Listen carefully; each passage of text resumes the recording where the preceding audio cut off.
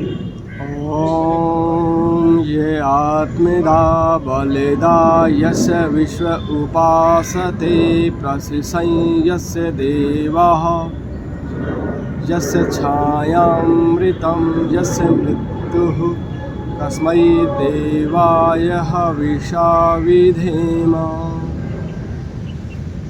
यजुर्वेद अध्याय 24 मंत्र संख्या 13। जो ईश्वर आत्मज्ञान का देने वाला है, जो इस शरीर और आत्मा को बल देने वाला है,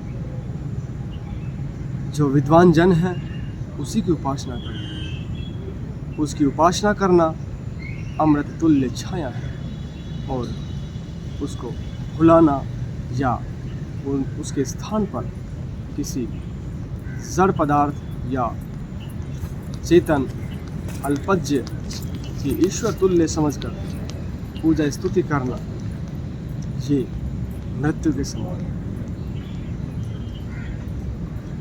आप सभी को सादर नमस्ते जी। मैं प्रशिक्षु शास्त्री दलित उद्धारण सभा भारत से राजेश कुमार आर्य आप सभी का स्वागत करता हूँ, हार्दिक अभिनंदन करता हूँ। हमने पूर्व के वीडियो में ये बताने का प्रयत्न किया था कि जो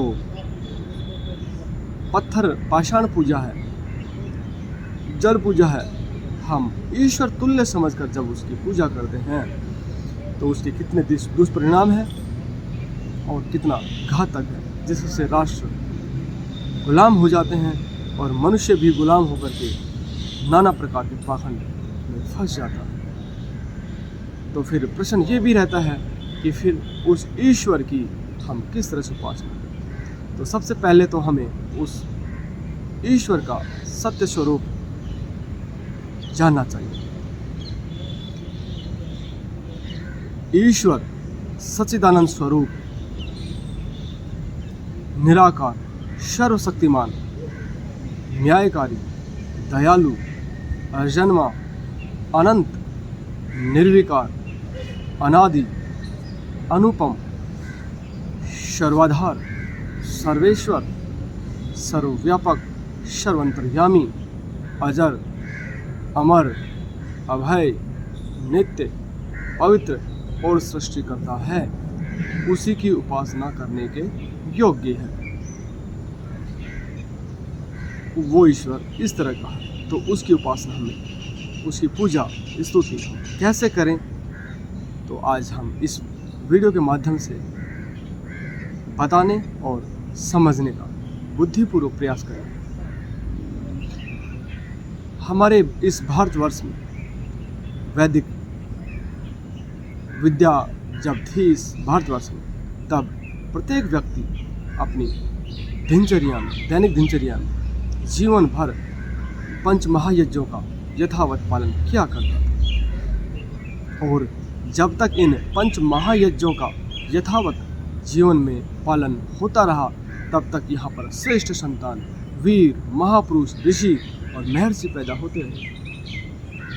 जब से हमने इन पंच महायज्ञों को विकृत कर दिया या इनको छोड़ दिया, तब से हमारा राष्ट्र भी टूट गया, हमारा समाज भी बिखर गया और आज परिवार और व्यक्ति भी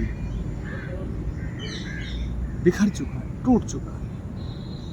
हम दुखों में घिर चुके हैं। चाहते तो सुख हैं, प्रयत्न तो सुख के लिए करते हैं, लेकिन दुखों में घिर चुके हैं। तो आइए उन पंच महायज्ञों का जानने का प्रयास करते हैं। सबसे पहला था ब्रह्म यज्ञ, जो सबसे पहले उठ करके नित्य कर्म करके ब्रह्म मुहूर्त में उस ईश्वर की स्तुति, उपासना, उसके गुणों का ध्यान करते हैं, जिसको बोलते हैं संध्या उपासना, वैदिक संध्या।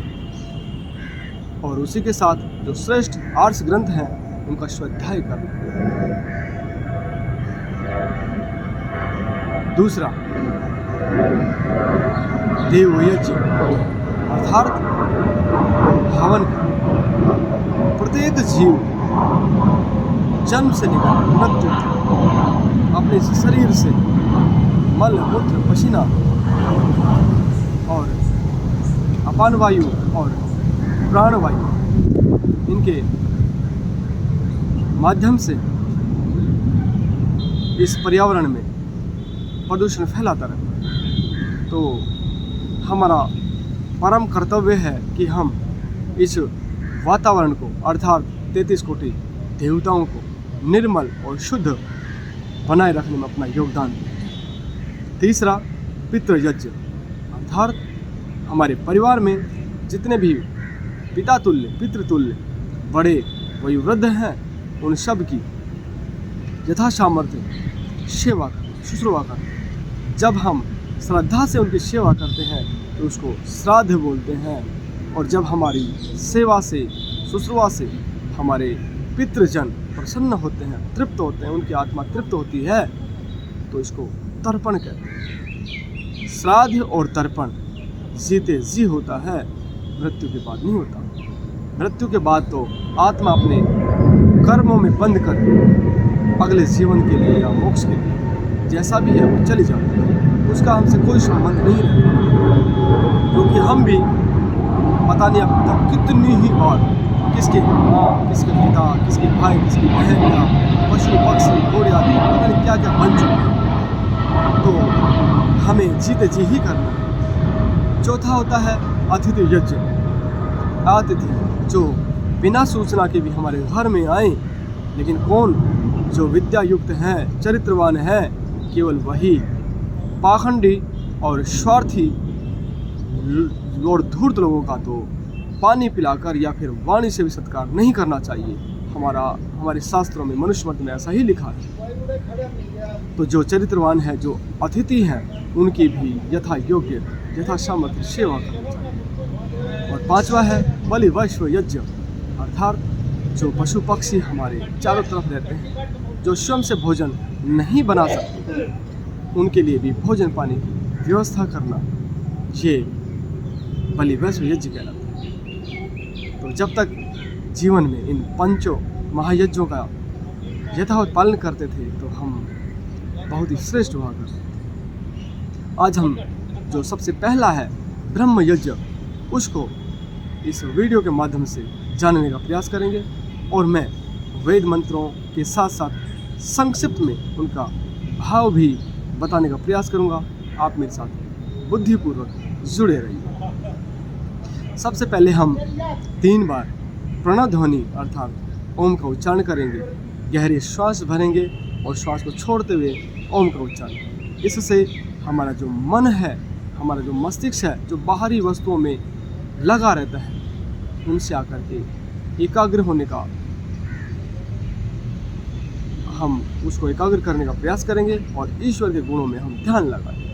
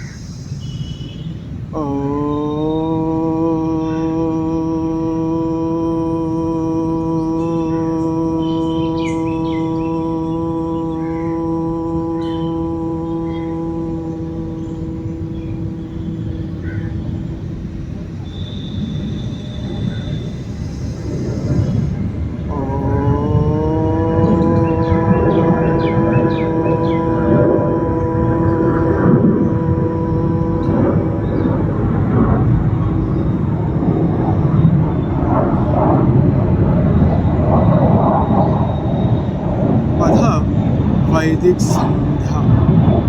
ओम भूर्भुवः स्वः तत्सवितुर्वरेण्यं भर्गो देवस्य धीमहि धियो यो नः प्रचोदयात्।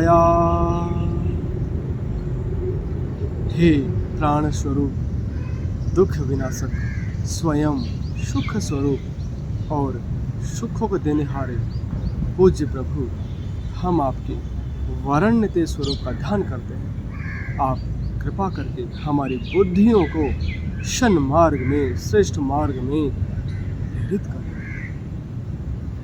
इसको कहते हैं गुरु मंत्र, गायत्री मंत्र। इसका मूल भाव यही है कि हम उस ईश्वर की प्रार्थना करते हैं, ध्यान करते हैं और वो ईश्वर हमारी बुद्धि को श्रेष्ठ मार्ग में चलाए। क्योंकि जीवन में सबसे महत्वपूर्ण अगर कोई अंग है तो वो है बुद्धि।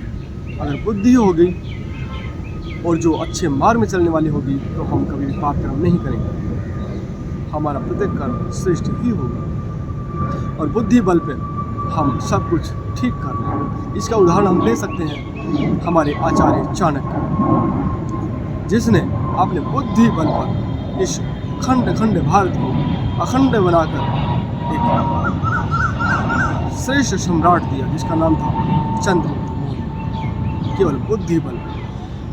तो हम सबको अपनी बुद्धि को निर्मल रखने का पूरा प्रयास करना चाहिए, क्योंकि कोई भी जो कर्म होता है वो सबसे पहले विचार होता है। विचार आता है, फिर वाणी में आता है और फिर कर्म में आता है।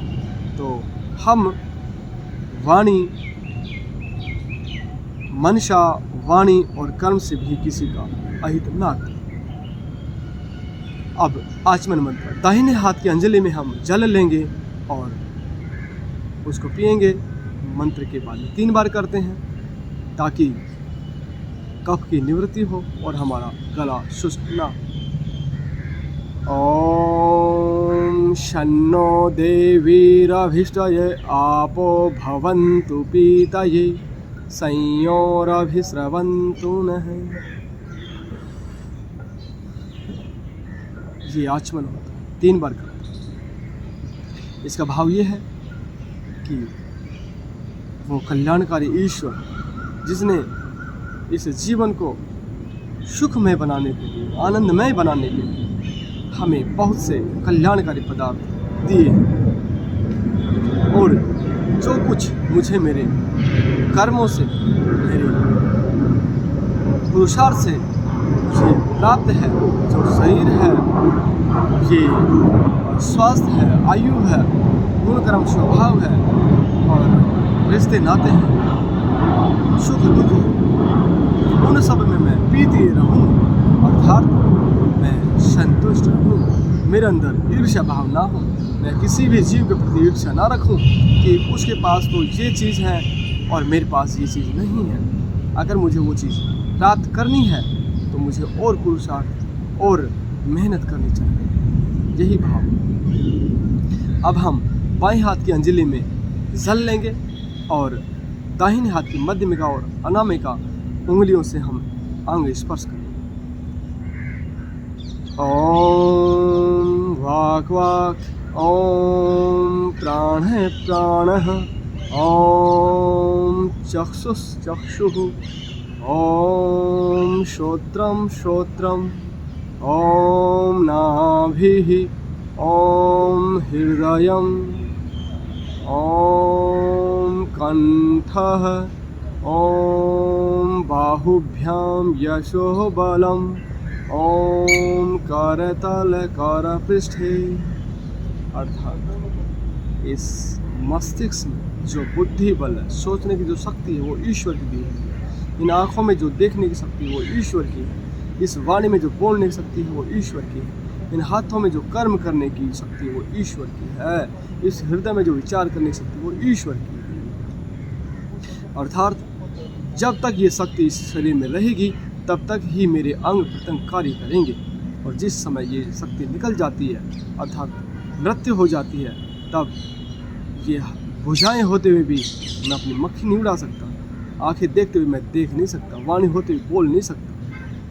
तो हमें कभी भी घमंड नहीं करना चाहिए, हमें उस ईश्वर का धन्यवाद देना चाहिए। अब पुनः बाएं हाथ में जल लेंगे, दाहिने हाथ की उन्हीं उंगलियों मध्यमेका और अनामिका से हम इंद्रिय मार्जन मंत्र बोलेंगे, इंद्रियों का मार्जन करेंगे, शुद्धि करेंगे।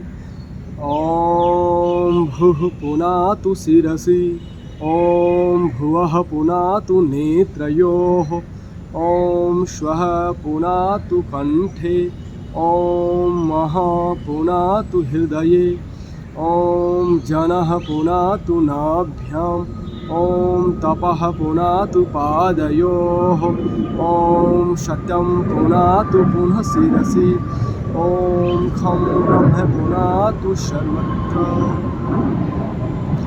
अर्थात हे ईश्वर, इस मस्तिष्क में जो आपकी दी हुई बुद्धि है, दी हुई वाणी है, आँखों में दी हुई नेत्र ज्योति है, कानों में सुनने की शक्ति है, ये निर्मल रहे, पवित्र रहे। इस बुद्धि से मैं हमेशा अच्छे विचार करूँ, कल्याणकारी विचार ही करूँ।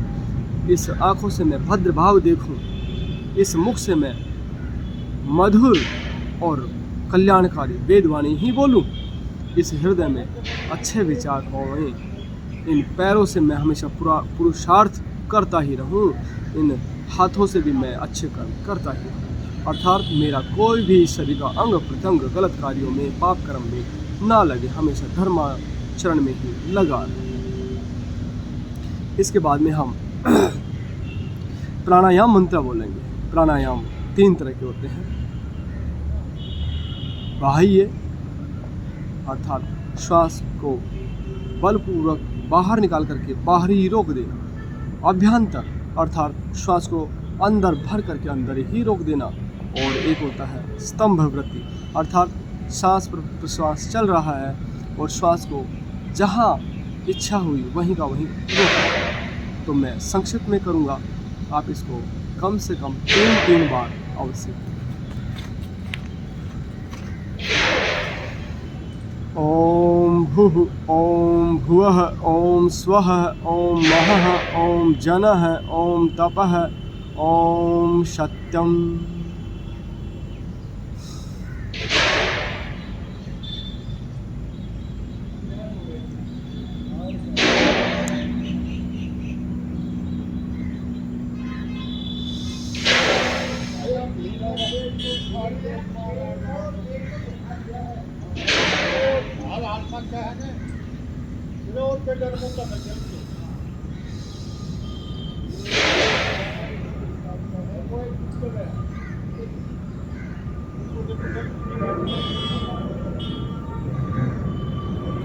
इस तरह से प्राणायाम मैंने बहुत ही संक्षिप्त में किया है ताकि वीडियो लंबी ना बने।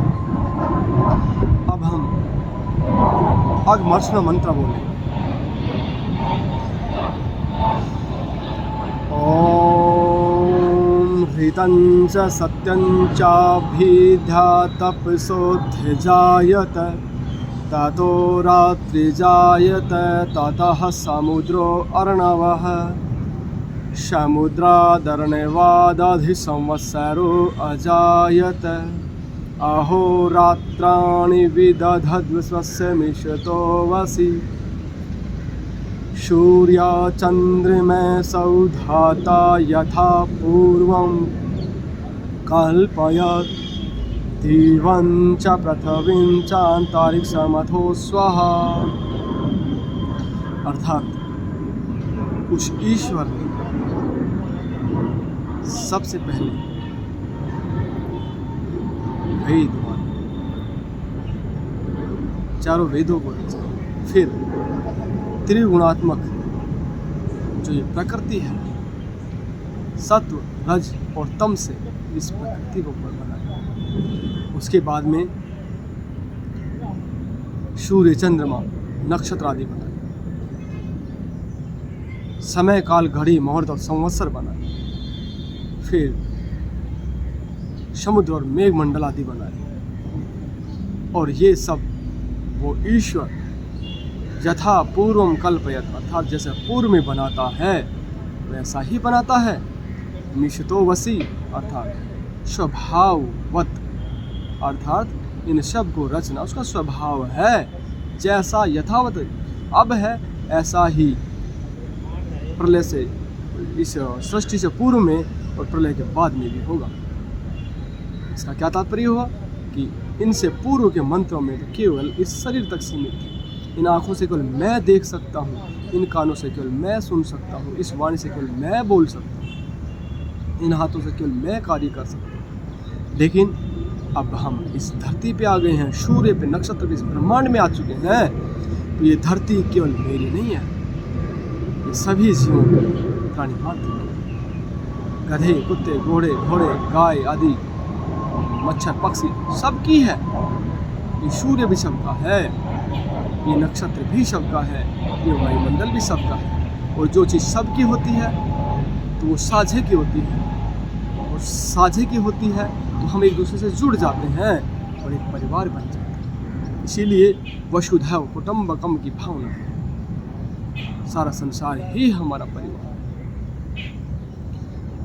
हम पुनः आचमन मंत्र बोलेंगे, दाहिने हाथ में जल लेंगे और आचमन करेंगे।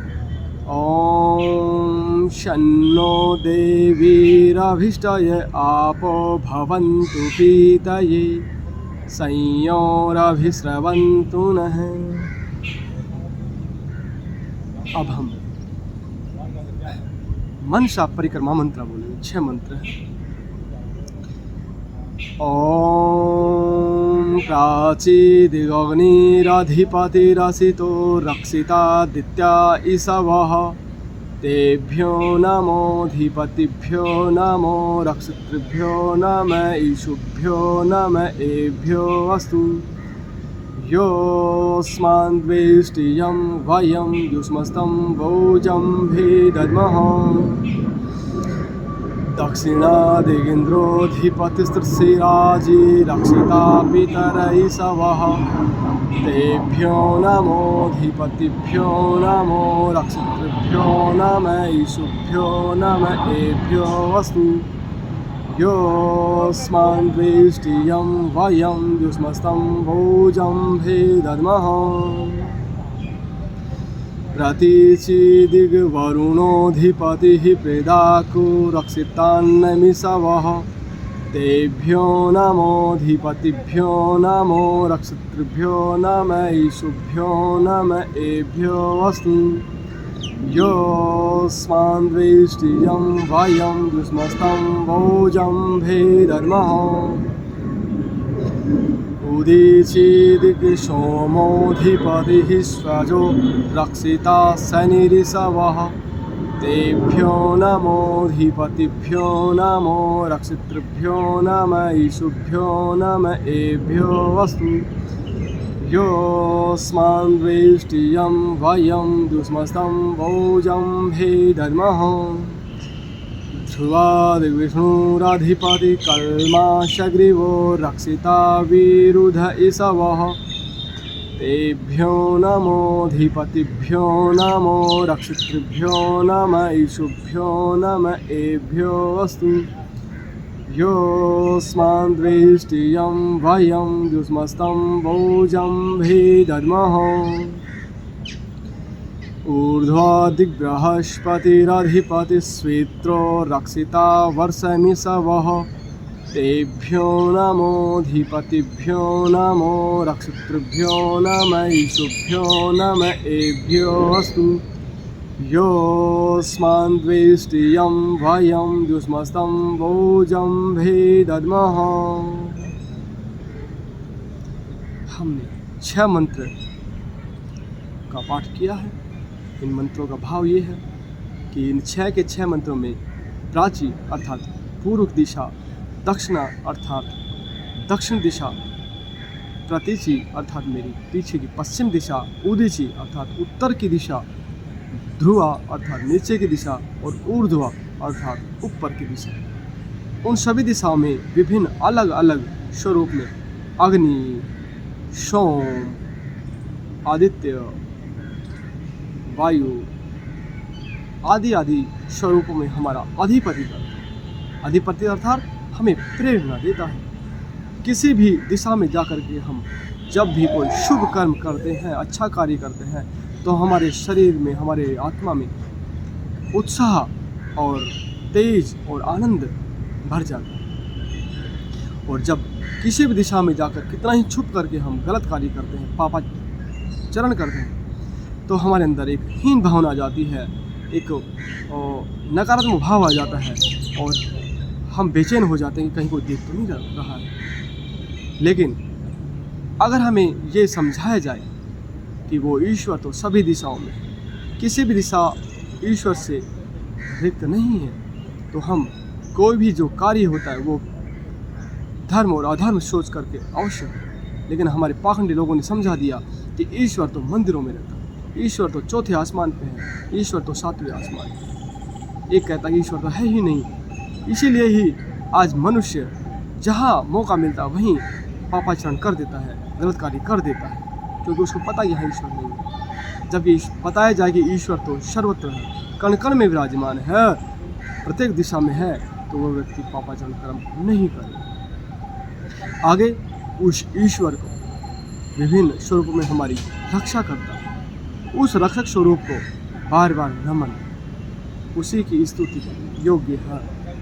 और फिर आगे इसमें भाव आता है कि हे परमात्मा, हे ईश्वर, कोई भी जीव अज्ञानता में मेरे से और अज्ञानतावश मैं किसी जीव से द्वेष भावना ना रखूं, ईर्ष्या भावना ना रखूं, और अगर कोई है तो वो द्वेष और ईर्ष्या भावना हम आपके न्याय व्यवस्था में समर्पित कर दो। आप उनको अपने न्याय रूपी बाण से बेध दो, जम्भे ददमह, अर्थात उसको दग्ध कर दो, जला दो। जब द्वेष भावना, ईर्ष्या भावना दग्ध हो जाएगी, समाप्त हो जाएगी, तो हम सब प्राणी मात्र के बीच में मध्य में प्रेम, स्नेह और प्यार रहेगा, और एक भाईचारा, जो विश्व भाईचारा है, वसुधैव कुटुंबकम है, उसकी भावना स्थापित है। यही इनका भाव। आगे उपस्थान मंत्र। ओम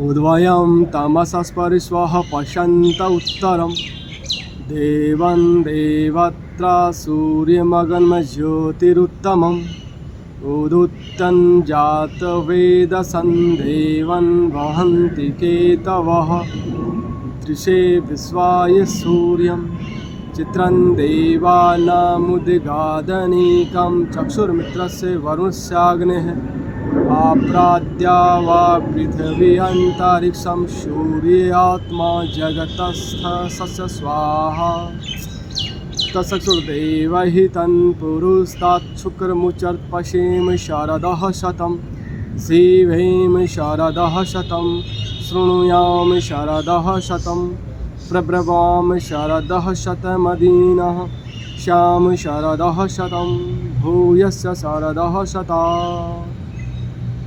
अर्थात उस ईश्वर ने सूर्य, चंद्रमा, नक्षत्र, लोक, लोकांतर आदि अनादिकाल से बनाकर और धारण कर रखा, उनको अपने वश में कर रखा है, नियम में बांध रखा है। अगर वो नियम में ना रहें तो इस धरती पे जीवन नहीं रह पाएगा। अर्थात हमारे जीवन को जीने के लिए संपूर्ण सृष्टि बहुत ही महीन नियम, विशेष नियम में बंधी हुई है। ये किसी सामान्य व्यक्ति का सामर्थ्य नहीं, वो किसी ईश्वर का सामर्थ्य है, और उस ईश्वर की हम उपासना करें और उस ईश्वर के नियमों का अनुकूल धर्म युक्त जीवन जीते हुए मैं 100 वर्ष तक देखूं इस सृष्टि को, जिस निमित्त उस ईश्वर ने बना है, 100 वर्ष तक सुनूं, अर्थात कल्याणकारी मधुर वाणी, वेद वाणी ही सुनूं। ऐसा सुनते हुए मैं जीऊं और जीते हुए मैं किसी के भी अधीन ना रहूं। ऐसा ना हो कि मैं लाठी का सहारा लेके चल रहा हूँ, या कान में मशीन लगा रखी है, आंखों पे चश्मा लगा रखा है। नहीं, मैं 100 वर्ष तक बिना किसी का अधीन हुए मैं दवाई भी लेकर के ना जीऊँ, बिना किसी का अधीन हुए, मतलब निरोग स्वस्थ जीवन जीऊँ, और भूयस्य सर्वदा, अर्थात 100 वर्ष के पश्चात भी जीवन जीऊँ। जिस ईश्वर ने इतना श्रेष्ठ जीवन दिया, इतना श्रेष्ठ शरीर दिया, इतनी श्रेष्ठ व्यवस्थाएं की हैं और लगातार बनाए ही रखता है, और साथ में हम जब कुछ गलत करते हैं तब भी प्रेरणा देता है, और अच्छा करते हैं तब भी उत्साह भरता है। तो इतने महान, इतने श्रेष्ठ ईश्वर की क्या हमें धन्यवाद नहीं देना चाहिए? क्या उसके प्रति कृतज्ञ नहीं रहना चाहिए? रहना चाहिए, और उसी की ही उपासना करनी चाहिए, हमें किसी और की उपासना नहीं करनी चाहिए। कृतज्ञता सबसे बड़ा अपराध है। कोई आपके ऊपर उपकार करे, अरे आपको कोई एक गिलास पानी भी दे दे तब भी आप धन्यवाद बोलते हैं। और उसने तो ये प्राण वायु, ये पेड़, ये सूर्य, ये चंद्रमा, ये धरती में औषधि, फल फूल, पता नहीं कितनी असंख्य चीज़ें दी है। इस शरीर में देखो कितनी श्रेष्ठ व्यवस्थाएं हैं। मैं श्वास ले रहा हूँ, अंदर जाके केवल ऑक्सीजन को रखता है, बाकी सभी वायु को बाहर फेंक देता है। मुझे पता ही नहीं ये कैसे चल रहा है सिस्टम। मैं भोजन करता हूँ और उसमें से वो जो तत्व हैं, प्रोटीन है, वसा है, कार्बोहाइड्रेट है, वो अपने आप निकल करके और मेरे बाल से और नख तक, हर रोम रोम तक पहुँच जाता। मुझे पता ही नहीं कैसे हो रहा। तो ये व्यवस्था जिसने की है, क्या उसको हमें धन्यवाद नहीं करना चाहिए? करना चाहिए। हम उसके प्रति कृतज्ञता प्रकट करें। ओम भूर्भुवः स्वः तत्सवितुर्वरेण्यं भर्गो देवस्य धीमहि धियो यो नः प्रचोदयात्। हे ईश्वर दयानिधे भवत्कृपयानेन जपोपासनादि कर्मणा धर्मार्थ काम मोक्षाणां सद्य सिद्धिर्भवेन्नः। ओम नमः संभवाय च मयो भवाय च नमः शंकराय च मयस्कराय च नमः शिवाय च शिवतराय च। ओम शांति शांति शांति। इति वैदिक संध्या। सभी को यथा योग्य नमस्ते जी। इसका भाव ये है कि हे ईश्वर, हमें आप बुद्धि दीजिए, सद्बुद्धि दीजिए, हमारी बुद्धि को सन्मार्ग में प्रेरित कीजिए। और उसके बाद में हे ईश्वर, मैं धर्मयुक्त जीवन जीते हुए मैं धर्मयुक्त जीवन जीऊँ, उससे फिर धर्मयुक्त ही रह करके मैं धन कमाऊँ और उस धन को ऐश्वर्यपूर्ण जिंदगी जीऊँ, गरीबी वाली ज़िंदगी ना जीऊँ। वयम शाम पतयो रहीणा, अर्थात मैं ऐश्वर्यपूर्ण ज़िंदगी जीऊँ। और ऐसा करते हुए मैं मोक्ष की कामना करता हूँ। आप मुझे शीघ्र ही मोक्ष की प्राप्ति करें। और उस ईश्वर को प्रत्येक स्वरूप में बार बार नमन। और विचार करिए कि इस तरह की सुबह और शाम दोनों समय संध्या की जाए, विचार किए जाएं तो पूरा दिन कैसा रहेगा। क्योंकि विचार ही वाणी बनती है, विचार ही हमारे कर्म बनते हैं। और विचार अगर हमारे श्रेष्ठ हों, प्रीति युक्त हों और धर्मयुक्त हों, तो हमारा जीवन भी निश्चय रूप से धर्मयुक्त ही बनेगा। तो आइए हम सब मिल कर के पाषाण और अन्य जो चेतन, जो अल्पज्ञ हैं, उनकी ईश्वर तुल्य स्तुति को छोड़ करके सत्य स्वरूप में उस ईश्वर की सत्य सत्य जैसे है वैसे ही स्तुति करें। तभी हमारा कल्याण हो सकता है, तभी इस संसार का कल्याण हो सकता है, तभी हमारा जीवन सुखमय और स्वर्गमय बन सकता है। आप सभी ने मुझे धैर्यपूर्वक सुना, इसके लिए आपका बहुत बहुत आभार। और किसी का कोई भी प्रश्न हो तो अवश्य पूछिएगा, मैं यथासामर्थ्य उसका निराकरण करने का अवश्य प्रयास करूँगा। आप सभी को सादर नमस्ते जी।